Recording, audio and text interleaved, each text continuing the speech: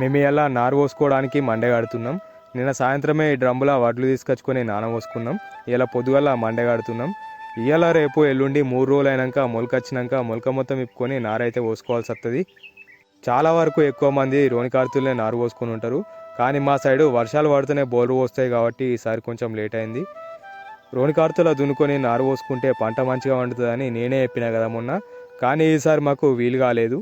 ఇవాళనే రోని కార్తె వెళ్ళిపోతుంది. రేపు మృగశిల ఎంటర్ అవుతుంది, శనివారం కార్తులు కాబట్టి. సో ఎవరైనా మెట్ట పంటలు వేసుకునేవారు పెసర, వేరుశనగ ఏ పంటలు వేసుకోవాలన్నా మృగశిలలో మంచిగుంటుంది. ఏదైనా పంటలు వేసుకోవడానికి మృగశిర కార్తె, ఎందుకంటే ముల్లోకాలు చల్లబడతాయి అంటారు మృగశిర కార్తెలా. ఇంకొకటి ముసలెద్దు కూడా రంకెలేస్తుంది, అంటే వర్షాలకు మొత్తం టైమైంది అన్నట్టు.